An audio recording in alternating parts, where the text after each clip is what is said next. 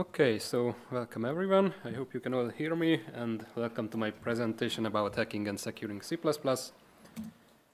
I don't want to take much time with introduction. My name is Marcell Juhasz. I'm an embedded engineer and a C++ enthusiast, and if you find this presentation interesting, then you can find the whole project on my GitHub, so feel free to check it out. I work at Silk Engineering. We are a service provider company, so if you need any help with the project, feel free to reach out. Here is our contact information as well. Okay, so let's start and let's discuss what this presentation will be about. So first, I will give you a brief introduction about the setup, so how I did the work behind the presentation, so that if you have time or if you want to, you can replicate it yourself at home. Then I will give you some overview about some important concepts that we need to understand so that we can understand the full presentation. And then we will go into the bugs that I want to show you. We will touch on three main areas. We will start with the stack. We will see how the stack works. We will see vulnerabilities that can arise from the behavior of the stack combined with programming mistakes.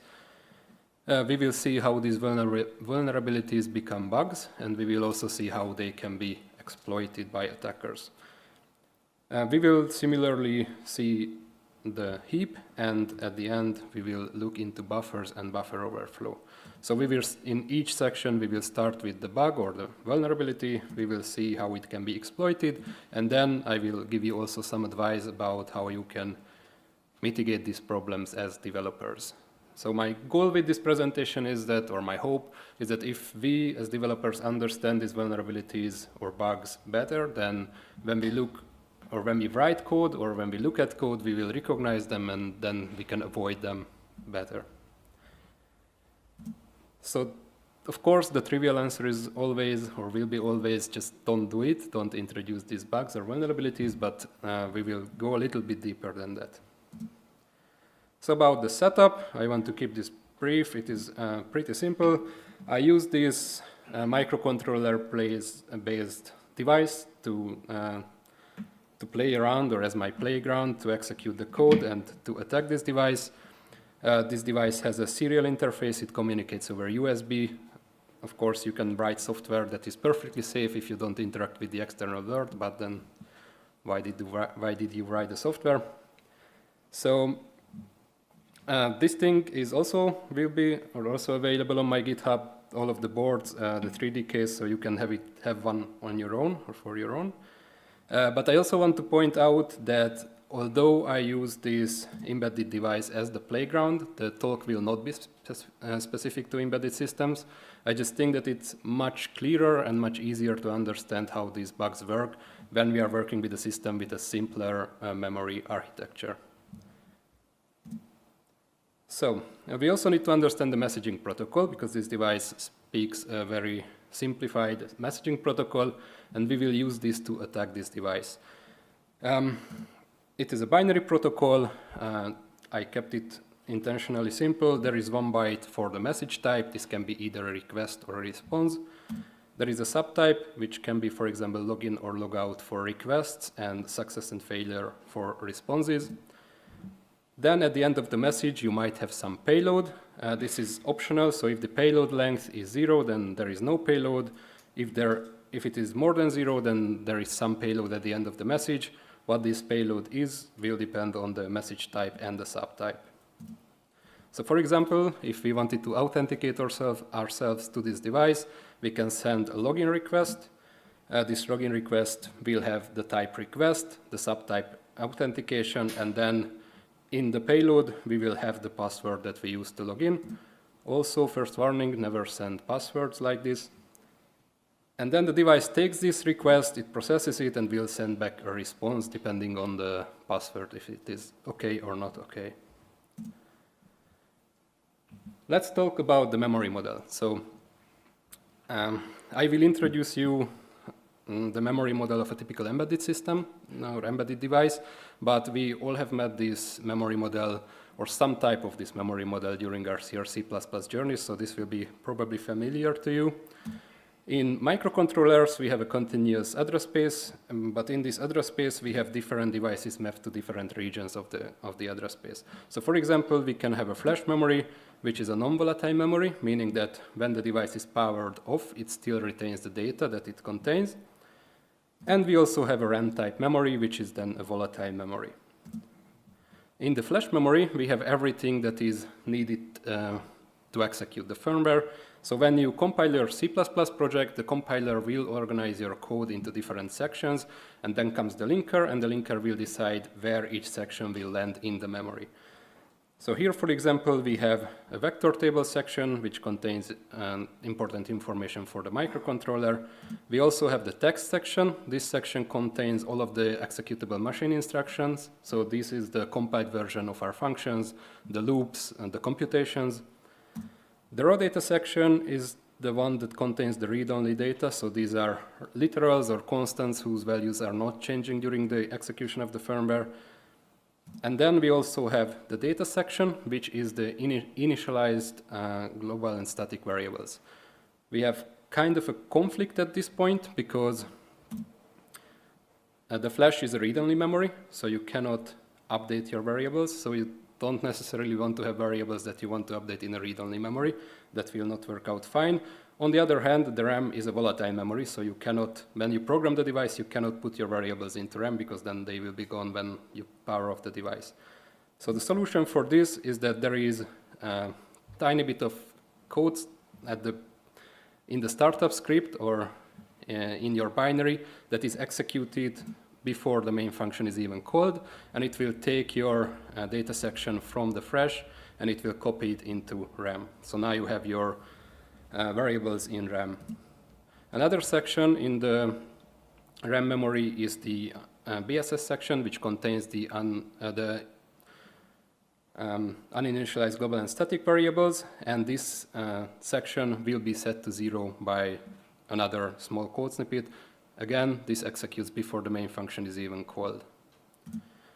Your local variables, with automatic storage duration, they will be located on the stack in the RAM, and your dynamically allocated variables live on the heap.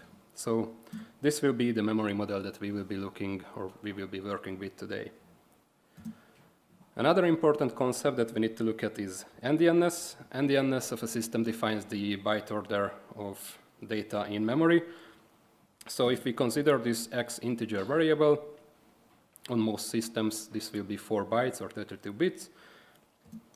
On a big endian system, data is stored in memory with the most significant byte at the lowest memory address. So as you iterate over memory, you will see or you will meet the big end of the number first.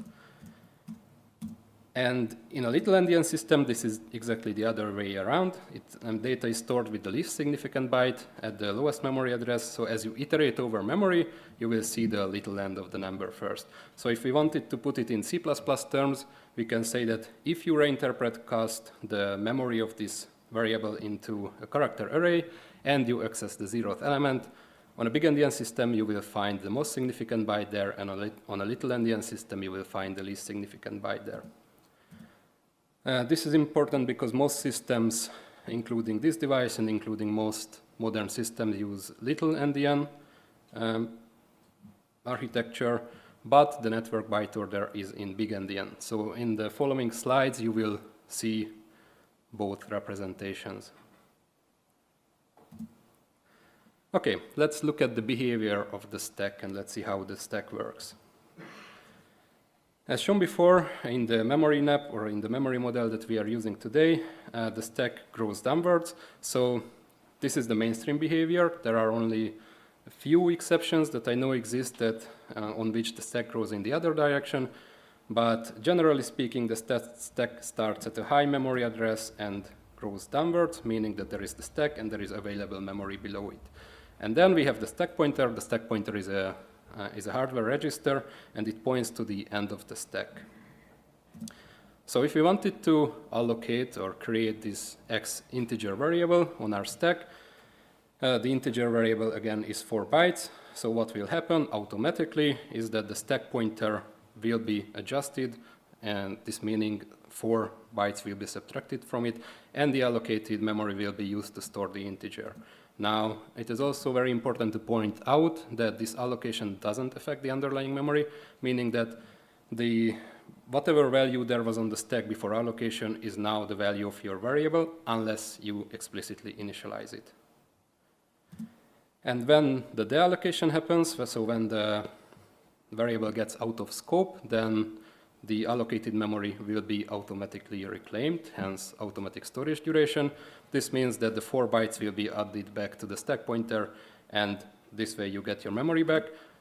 And here as well, it is important to point out that this automatic deallocation doesn't affect the underlying memory, meaning that whatever data was stored in your variable is still on the stack. Okay, so the workflow that how we will attack this device is this device speaks a serial interface. Messages are received into this message buffer. The message buffer is deserialized into message object. The message object is processed, response is prepared, and it is serialized back into this buffer and sent out as a response. And the message that we will use to attack the device is, or we will use to exploit this bug that I will show you, is this temperature message. So we can think of this device as it is capable of handling 8 temperature sensors, so you can connect 8 temperature sensors to it. And if you send a temperature request, it will iterate through the 8 slots of temperatures, and it will assemble the reply message. So in the reply, you will have 8 slots for the 8 different temperature values, but some of them are not valid because some sensors might not be attached to the device. This is why we have an indicator byte at the end, which will be adjusted accordingly. And where you have a valid value, where you have a sensor connected to the device, you will have a 1 there. And where you don't have a sensor, you will have a 0 in the indicator byte. So how does this exploit look like when we are interacting with the device? So on the user interface, some user goes to the device, they authenticate themselves, and they use this very secret password to do so. The password is good, so they get a success message back. And then when they are done, they can just log out, and they again will get a success reply back. Then another user goes to the device, and they are interested in the temperatures that this device reads. And for that, they don't need to log in. They can just ask for the temperature values. And in this example, the device only has a single sensor attached to it, so it will show this output on the user interface. And it looks good. You have one sensor. It measures 151 degrees. So what is the catch here? I don't know, maybe someone noticed it, but if you look at the binary representation, you will see that the very secret password appears in the response for the temperature request. So what happened here? This doesn't look good. Let's see what happens in memory. In memory, we have the stack. On the stack, we have this message buffer. It is a simple buffer with an automatic storage duration, so allocated on the stack. And the first mistake that I did is that I did not initialize this buffer, so whatever value there was on the stack before allocation is now the value of this buffer.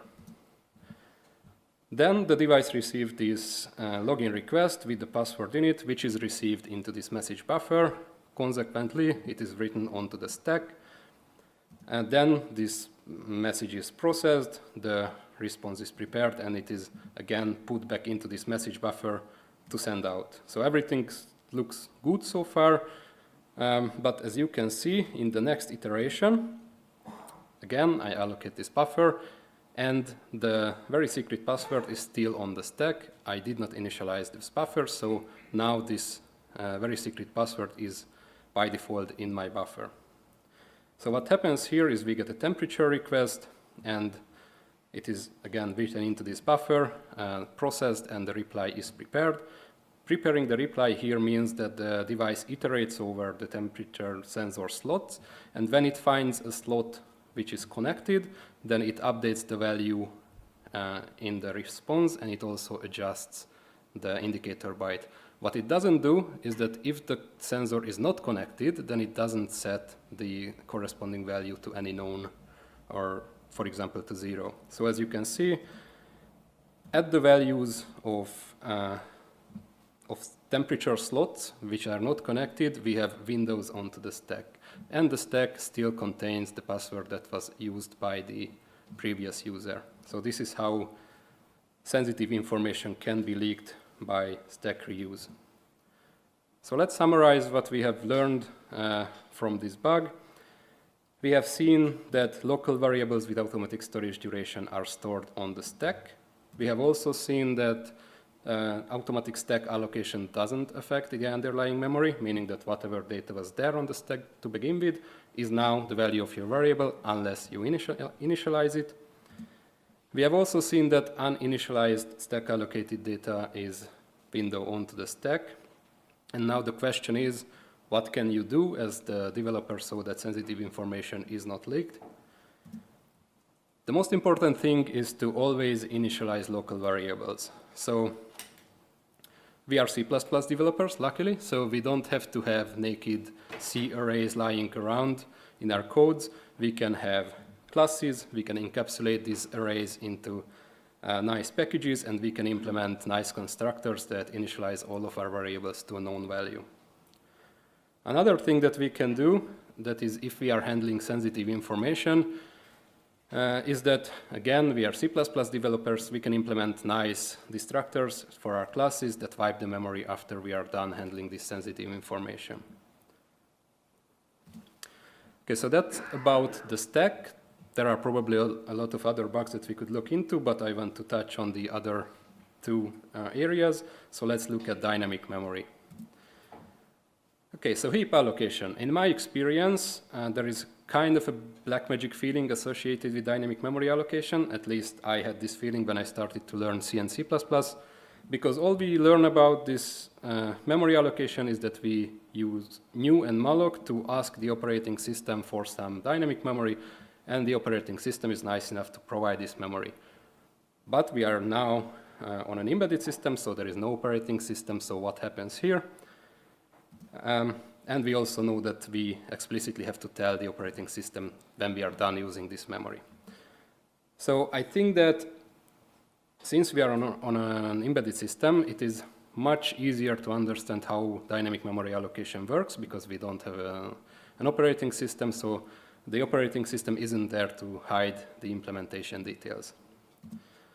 So what happens now? So we have, again, the stack and the heap, and the first thing that we must understand is that why the stack and the behavior of the stack is defined by the hardware and the compiler, such as the growth direction. The behavior of the heap is simply a runtime implementation detail, and it can be quite flexible on some platforms.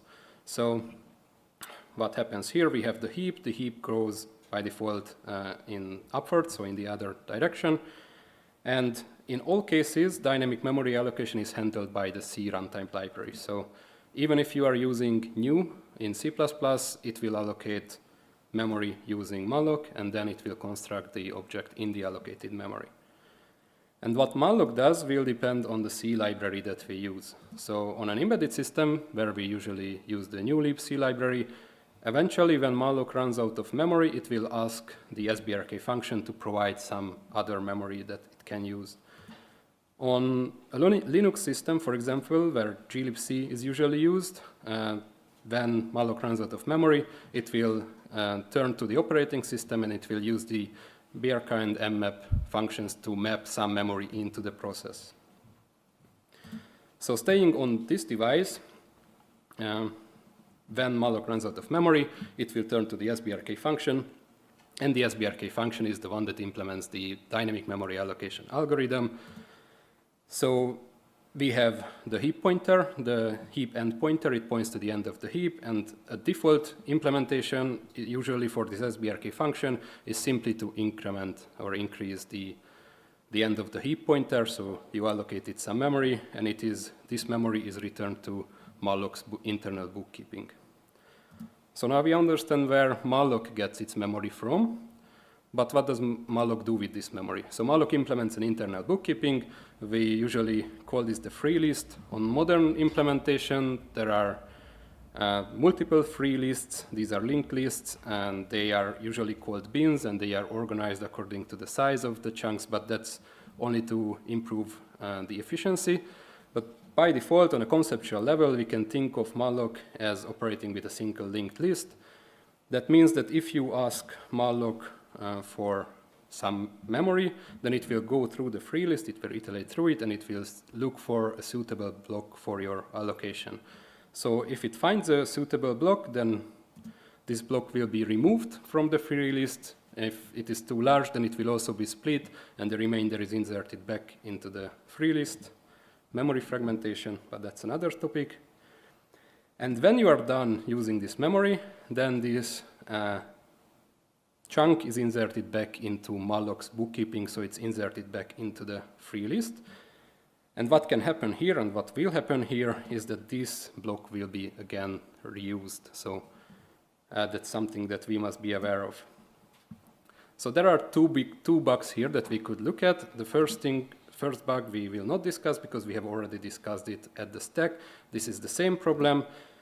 Imagine you have a dynamically allocated object on the heap and you free it. And then you allocate another object, for example, of the same type. The malloc will look into the free list and it will look for a suitable block, and it will find a perfectly sized block, and it will be the block that you have just freed, and you will get the same memory back.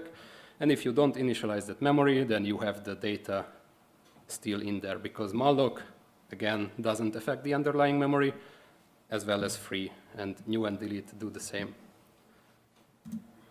The bug that we will be looking at is the use after free bug. This is when you use memory that has already been freed, and this is also referred to as dangling pointers. So let's see how this exploit would run on this device when we interact with it. This device is capable of simulating one-time password login process. That is, you start this login process because you have forgotten your password. Maybe it is sent to your phone, sent per email, but the main point is that on this device there is a one-time password that is generated, and then if you send this password to the device, you can again log in. If you send an incorrect password, then you cannot log in. Everything good so far. But what happens if you manually cancel this one-time login process and then try to log in anyway with any password you want? What will happen is that you can log into this device with any password. So what happens in memory here? This is the code snippet that does this very good job. It is not the nicest code, it probably has a lot of issues, but the main issue that I want to point at is this one here, because here this is the one-time password that was generated when the login process was started. And when it is cancelled, it is deleted, it is returned to malloc, but the pointer is not set to null. So it still points to some valid memory address. And here below, when we log in, we are potentially using a dangling pointer, so this will be dangerous. What happens in memory? In memory we have the heap, and we are receiving on this device a one-time password login process starting request. This is processed, and by processing, this one-time password is allocated dynamically on the heap. This means that now we are using new, and this pointer is pointing to some valid memory location where our password is. And a success response is replied. Now, when the cancel request comes in, then this pointer is deleted. However, it is not set to null, so although the memory itself is returned to the free list of malloc, the pointer itself still points to this valid memory location. And again, you get a success reply back from the device. So what happens now if you try to log in as the user? The user one-time password is again allocated on the heap, and malloc will look through the free list and it will find a perfectly sized block in it because we have just freed this one-time password, and you will get the same block back from malloc that you did before when allocating the one-time password. And when we get to the point where we are comparing these two strings or two pointers, then we are comparing the same memory addresses with each other, and this will always return true. So we can log in any way we want. So this is the bug that I wanted to look at regarding the dynamic memory allocation. So what have we seen here? we have seen that variables with dynamic storage duration are allocated on the heap. We have also seen that malloc doesn't set the underlying memory, and free also doesn't wipe the underlying memory. We have also seen that, or not seen, but as discussed, uninitialized heap allocated objects are windows into the heap, similarly as were the local variables onto the stack. And we have also seen that dangling pointers can be dangerous. So what can we do to mitigate these problems? Of course, the first thing that we do is we initialize dynamically allocated variables. Again, we are C++ developers. We can encapsulate dynamic memory allocation into classes, maybe even smart pointers. And we implement nice constructors and nice destructors to handle all of these cases, including the initialization. And again, if we are handling sensitive information, as C++ developers, we turn to our classes and we implement proper destructors that wipe the memory. And another thing that we should do is to avoid dangling pointers. Now that is easier said than done, but one very good way to do is to start using smart pointers for ownership and stop using row pointers. Okay, so this was it about the stack and the heap. Now I want to turn to a more complex but also much more fun topic, which is buffers. So what is a buffer? Or an array? It doesn't really matter in this context. A buffer is a continuous array of elements of the same type. So on this slide, for example, we have an array of 4 integers, and we have discussed before the stack grows downwards. This means that variables that are allocated later will have a lower memory address. On the other hand, when we look at arrays, we can see that they grow upwards. So the beginning of your array will have the lowest memory address, and as you iterate over it and go to the end, it will have the largest, or the largest memory address. And this is basically the intuitive workflow when you think about it, because if you have an array and you iterate over this array, for example, with a for loop, you expect that if you increment the pointer, then you will get to the next element. And the pointer is basically a memory address, so if you increment the memory address, you get to the next element. This is how it's implemented on the hardware. We also have to notice here that there is no inherent boundary checking in this row array. So what is a buffer overflow? A buffer overflow is when you overreach the boundaries of your buffer. Since there is no inherent checking, it is your job as the developer to keep the size of the buffer in hand. And if we over-index our buffer, so for example, we can use this memcopy, the memcopy doesn't care about what these 2 pointers that it's taking are. It can be objects, it can be values. It doesn't really care. It takes 2 pointers and it writes or copies from the source to the destination. And if we do this, if we over-index our buffer, then we go into undefined behavior territory, which, as will be demonstrated, can be quite dangerous. And I also have to mention that it's not only memcopy, so you can just as well over-index your array using some for loop or indexing it manually. Another important thing that we have to discuss before looking into the bugs related to buffer overflow is function calls. So this is how a function looks like in assembly. At the beginning of your function, on the assembly level, the first line basically stores or backs up the state of the caller function. So these are the registers here that will be used in this function. So at the beginning, the values of these registers are pushed onto the stack. This is for storing the values, for backing them up. And at the end of the function, these values will be popped from the stack back into the register so that the caller function can continue execution.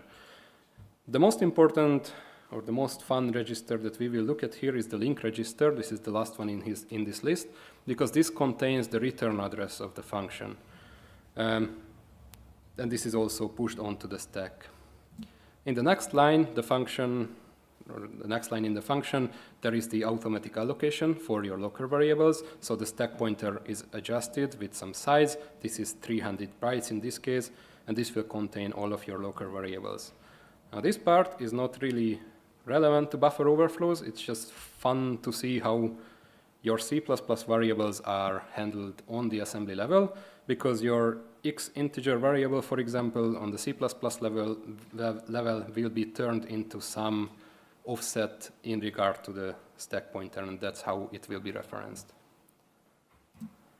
At the end of the function, the return value will be prepared, and the stack pointer will be restored. This means that the same 300 bytes that were subtracted from it at the beginning are added to it, and so the value is restored, and the memory is automatically deallocated. And the last line is the one that restores the state of the caller function.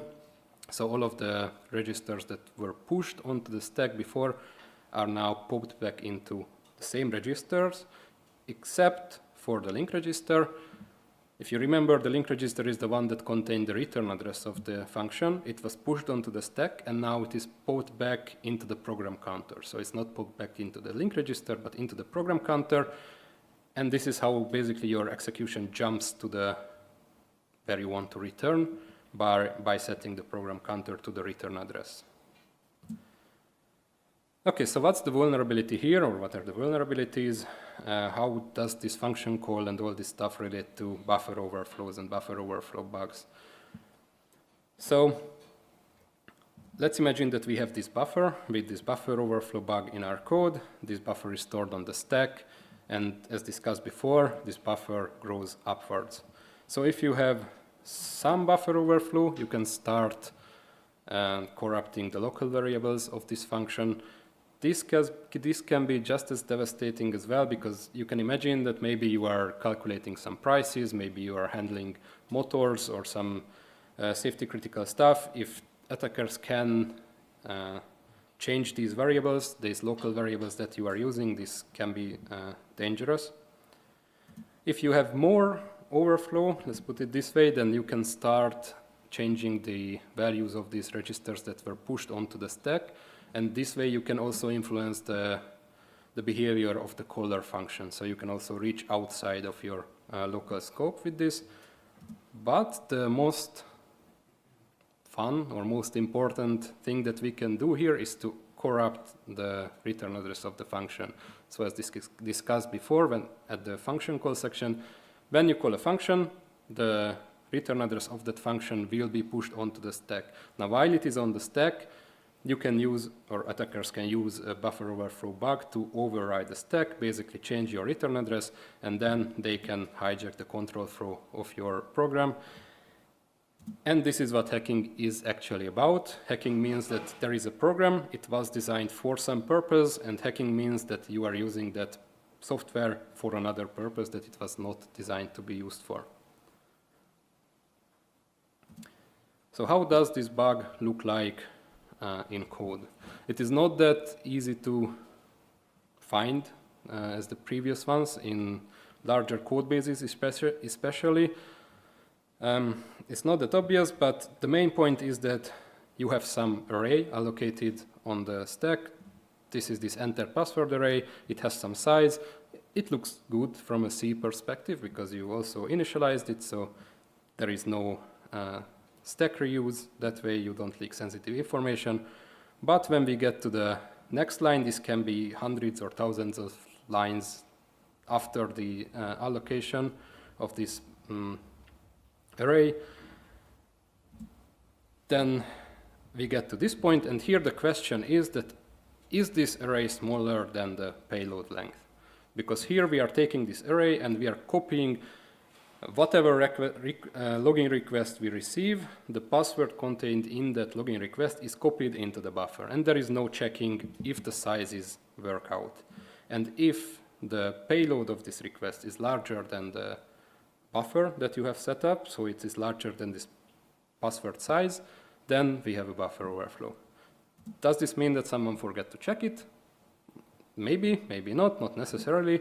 Maybe there is a developer who is looking through the code and implementing this feature, and they look at the client-side application, and they see that the client-side only allows these password lengths, so there is no point in checking it on the server side because that's the only, it's already checked there, so there is no point. But what they didn't consider is that the client-side application is not the only one who can send messages to the backend. Attackers can easily fabricate messages and send it to random IP addresses or specific IP addresses for that matter, so there is no guarantee that the client-side application is the only one sending messages. So let's look at the login process and let's look at the first bug that we will be discussing. So again, we have our stack. On the stack, we are already in the function. We have pushed the registers onto the stack, and we are working with our local variables. So there is this local variables set up, one for the correct password, this will be password, and then where there is one local array for the entered password. These are all automatically allocated arrays found on the stack.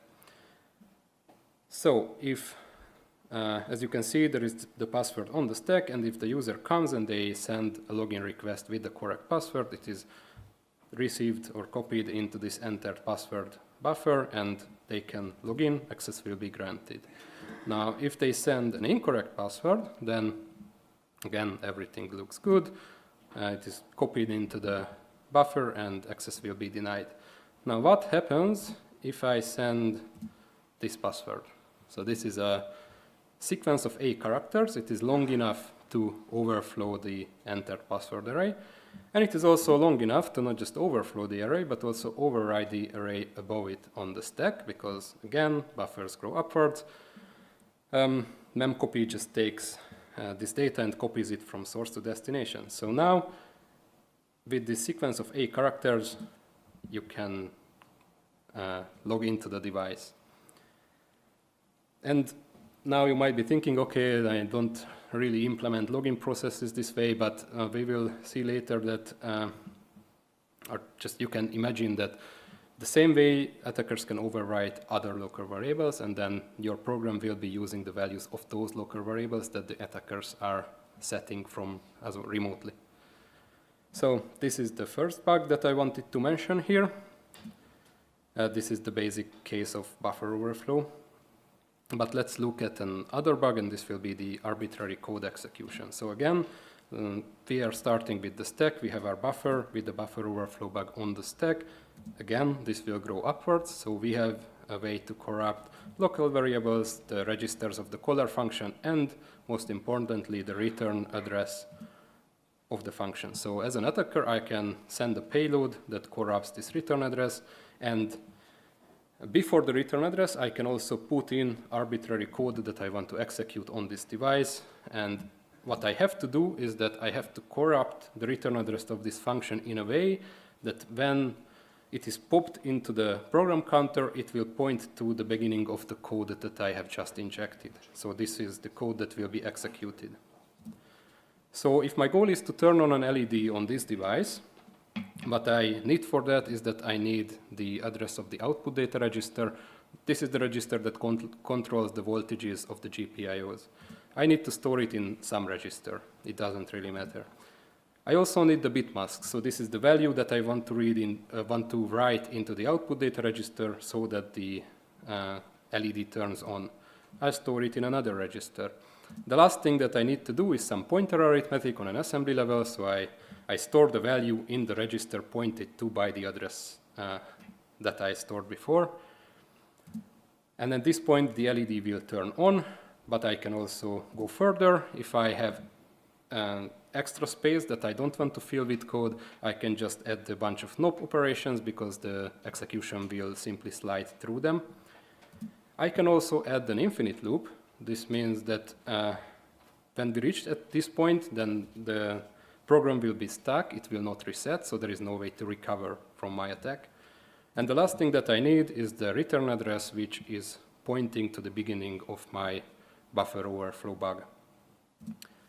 I can compile this code, I can put it in some nice payload, and I can send this instead of the password as part of the login request, and voila, the LED will turn on, and this I can do this remotely, so there is no,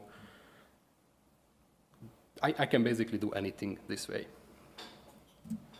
So what can we do as maybe not developers, but systems designers? We can make the stack executable. So on most projects, for most projects, there is no point in the stack being executable. So if we set it non-executable, then there is no way to execute code remotely from the stack. Okay, so let's imagine that we have done that. Now the stack is not executable. I cannot inject code onto the stack and execute it, so what can I do as an attacker?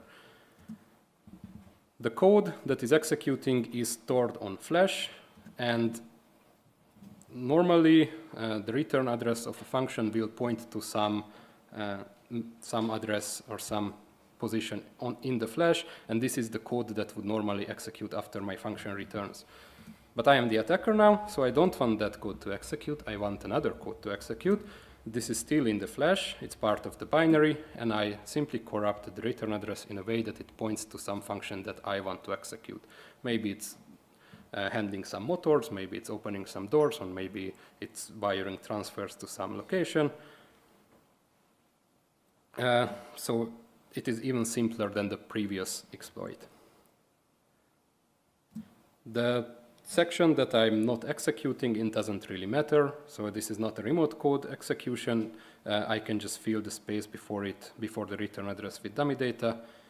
And yeah, that's all. So what can we do as developers to at least mitigate these bugs? Of course, apart from not doing buffer overflow bugs.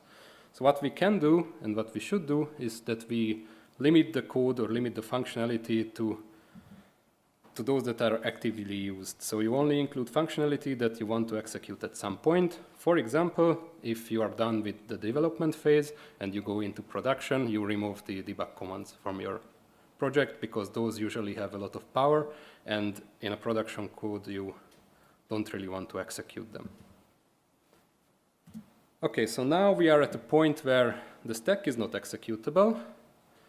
Also, the code for turning on this LED on this device doesn't exist on the binary. So if I am the attacker, then I'm basically screwed. Or am I, is the question. This is where return-oriented programming comes into play. This idea is that you chain together bits and pieces of other functions. You're jumping around in the code, corrupting the return address consecutively multiple times until you have set the register to the values that you want them to be, and you have executed the instructions that you wanted to execute.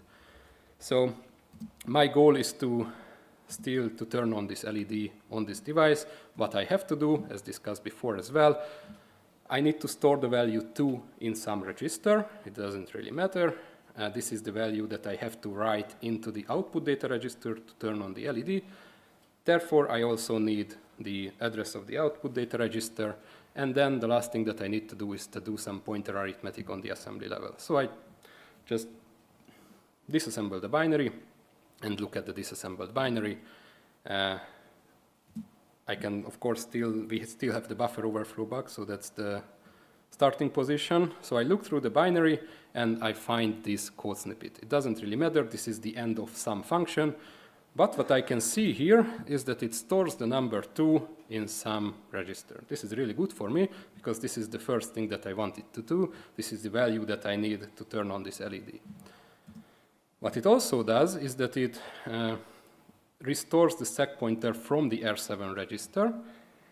This is also really good for me because of the buffer overflow bug, I still have access to the R7 register's value, so I can just manipulate the value of the R7 register so that when the stack pointer is restored, the return address, the next return address, is still popped back into the program counter from the area of my buffer overflow bug. So then again, I can jump to the next return address that I wish to use. So I look further in the binary, I find some other random function in the binary, and I see this code snippet. This does basically the pointer arithmetic that I need. It stores the value in R3 register. This already contains the number 2, and it stores it in the R7 register's value incremented by 4. So if I play my cards correctly, and in the R7 register, which I have access to, I store the value of the output data register -4, then when I get to this point, the pointer arithmetic is executed for me, and the LED will turn on. And I can do this without so with the stack being non-executable and the code for turning on the LED not existing in the binary. So again, I pretty much can do anything that I want. So what can we do to mitigate this? Okay, we will get to that later. But first, you might be thinking that, okay, you have turned on an LED, that's not that big of a deal, that's pretty simple. Yeah, but what if I told you that the same way that I have just shown you before, you can open an interactive shell on any modern platform? That's what I'm going to show you now. It's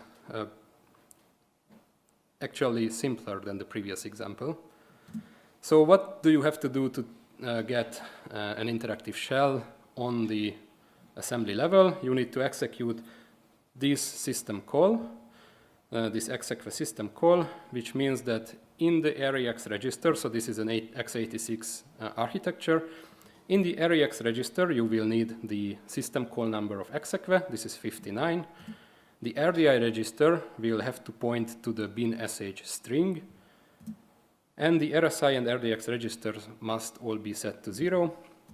And if the registers are in this state and a system call is executed, then an interactive shell will be opened. So how does this look like in the real life? We have the stack, we have our buffer overflow on the stack, and we also have the binary somewhere, so in the flash or on a modern platform.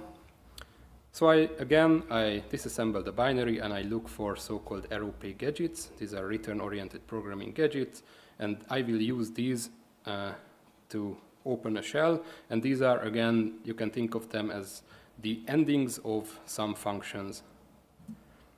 So on the stack, there is the return address, and this return address points to some code that would normally execute. I can corrupt this return address, and I can point to the first gadget that I want to execute. This first gadget, what it does is that it pops the value of the RDI register, and then it returns. So the RDI register, it needs to contain the address of the bin sh string. Now this string will be in your binary if your binary is complex enough. So if you are executing any system call in your program, then this bin sh string will be there. So I just put the address of the bin sh string in the payload, and then I put the address of the next gadget that I want to execute. The next gadget, it pops the value of RSI, then it returns. The RSI register must be set to 0. This is an easy one. And then I set or put in the payload the next address of the next gadget. So I jump again, next gadget. I pop the RDX register, and then it returns. So the RDX register, again, it's simple. It must contain 0, and then I put the address of the next gadget. The next gadget pops the value of ARIX. Now ARIX register must contain the system call number of execve, which is 59, so it is also not complicated. I just put 59 in the payload, and then I put the address of the next gadget. And this next gadget executes a system call and would return, but it will not, because at this point when the system call is executed, I have an interactive shell. So what can we do to prevent this? So how can we mitigate this? As you have seen in the previous example, all of these jumping around in the code, looking at the binary, this all relies on some specific knowledge about the address space you are using. I am using fixed addresses to basically just jump around. So on an embedded device, we usually use fixed memory addresses because we don't have an operating system, we don't have virtual memory, and we are compiling code for fixed memory addresses. On a modern platform, you don't do that. When you compile your code into an executable, what you get is a position-independent executable, so you don't have fixed memory addresses in the executable, but you have offsets. And when the operating system starts your process, it will get a random address space assigned to it. And this is what we call address space layout randomization. And this is really good because if the attackers don't have specific knowledge about your address space, then you are basically safe.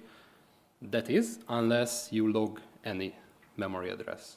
So this is why, for example, if an attacker wants to crack some software or some service running, then the first thing that they will try to attempt is to make it crash. Because when your program crashes, you are probably giving out more information than you should, because maybe you are printing the whole execution stack. That's not called a function call stack. That's not good if an attacker knows that, or maybe you are printing out variables, you're printing out memory addresses. That's for you to basically debug your application in case of a crash. But if an attacker crashes your software and they get their hands on these logs, maybe they come as replies, then all of these protection that is offered by address space layout randomization is nullified, and they can just circumnavigate it pretty easily. So what have we learned from this section? We have seen that buffers grow in the direction of increasing memory addresses. We must also know that buffers have no built-in boundary checks. So if you write code that makes them overflow, they will overflow. So it is your job as the developer to not do overflow bugs. We have also seen that if there is a buffer overflow, then the stack can be corrupted, and this allows attackers to just hijack the control flow of your program and basically do anything what they want. So what can you do as the developer to mitigate this problem? You can do a lot of things. On first hand, you only include functionality in your code that is executed, or not in your code, but in your binary, in your production code. There is only functionality that you plan to execute at some point. Another thing that we can do is that, luckily, we are C++ developers. We have the means to bind together the plain C arrays or C-type arrays with the sizes. So we don't need to have these naked C arrays lying around in our code. We can nicely encapsulate them. In a class, you have the size of the array and the array encapsulated. This way, it is much harder to make a buffer overflow bug. But you can go even further. If you only use, for example, range-based for loops, then it is basically impossible to over-index an array. And there are also built-in data structures in the standard library that you can use instead of naked C arrays. For example, array and vector are one of these. You as a developer never rely on client-side verification. The client application is not the only one who can send messages to the backend, so that's one thing to keep in mind. You should avoid memcopy and other dangerous C functions in your code. Now, I'm not saying that you shouldn't use them. They are really good, they are efficient, but if you encapsulate your data array in a class with the size, and if you use memcopy in the same class where you have the size of the array also at hand, then it is good to use them, but just laying around in the code with some constants in them that someone might be changing at some point at some location, but maybe not at another location, that will be problematic. So use them encapsulated in the classes. You should also help ASLR, so you shouldn't leak memory information about the software. Even if your program crashes, you shouldn't reply with the whole call stack exposed to the world.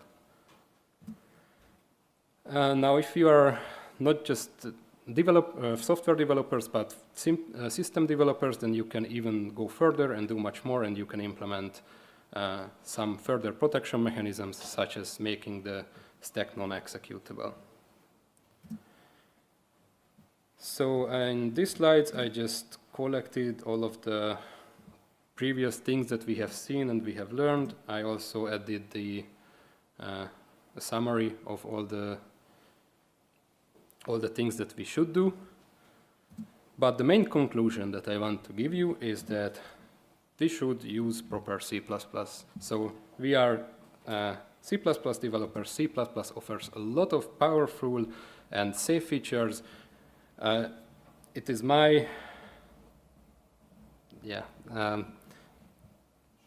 principle, or I don't know how to say it, that I say that C++, proper C++ is safe. Improper C++ can be dangerous, so we should start behaving like proper C++ developers, and we should not behave like C developers wrapped in some C++ wrapper where we just put all of our code in some function, it does everything that our C code did the same way, and then there you have C++. So that's not C++. C++ is much more, a lot of features, and if we use proper C++, then most of our problems will go away on their own. So thank you very much for your attention, and if you have any questions, then you can ask them now, but I will also be around later.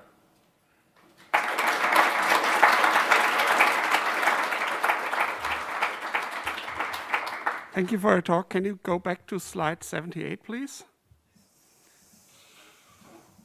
The second line. Yep. Wiping sensitive information from your own class in the destructor will be optimized away by the C++ compiler anyway, because writing to your member variables that are no longer accessible is a no-op for the abstract machine of C++. So that guideline is kind of not really working.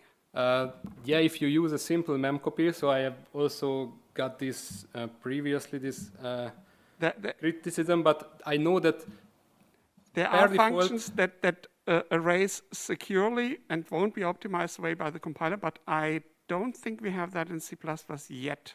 I have to look at Fabio, he might remember. I think C23 has it, but I'm also not sure if they actually managed to standardize it or not.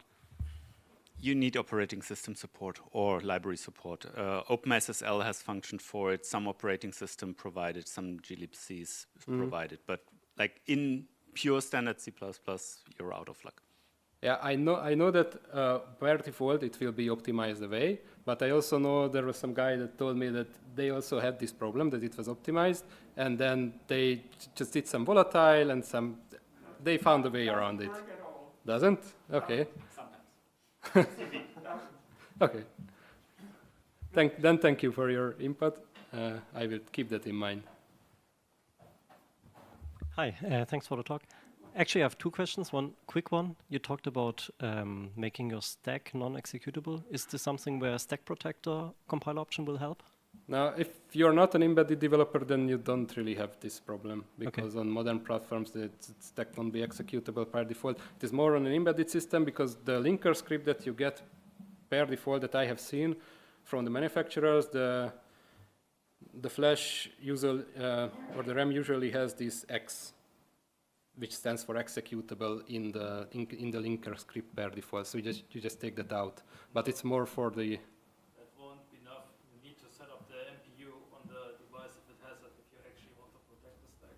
Yeah. The linkers can do shit basically as regards to making it executable or not. Yeah, but as I said, it's more for the embedded world, because there you develop a system where you have control over all of these things, what is executable, what goes where. There you have this flexibility. Okay, so for the second question, regarding all the things you just showed, they need more or less insights on what hardware you're using, how the software looks like. So some way you need to gather that information, and what are the ones of the exploit you just shown which need the less insights? I mean, the less insights, probably the easiest ones are the where you get some sensitive information, I would say. But these are not, I'm not saying that these are easy to find. That we can see nowadays that there are bugs, zero-day exploits that popping up, not from software that was written yesterday. This is for software that was written 10 and 20 years ago. This is because it's not easy to find. I have also seen a number of buffer overflow bugs, and they don't turn into vulnerabilities just on their own. So the stars have to align for this to happen, but it happens. And the specific knowledge, these platforms are basically known for the most cases. So what you are using, for an embedded system, it is much simpler because you have it in your, when you download a binary or you compile for a specific platform, then you have all the fixed memory addresses. You can just compile it on your code, on your machine, cross-compile it for some device that actually runs it, and you have access to all of the fixed memory addresses. And now on another platform, it is a bit harder, as I said, with the ASLR protection in place. That way you need to have some information about some function addresses and stuff like that, but we see that attackers can gather them. So. Okay, thanks.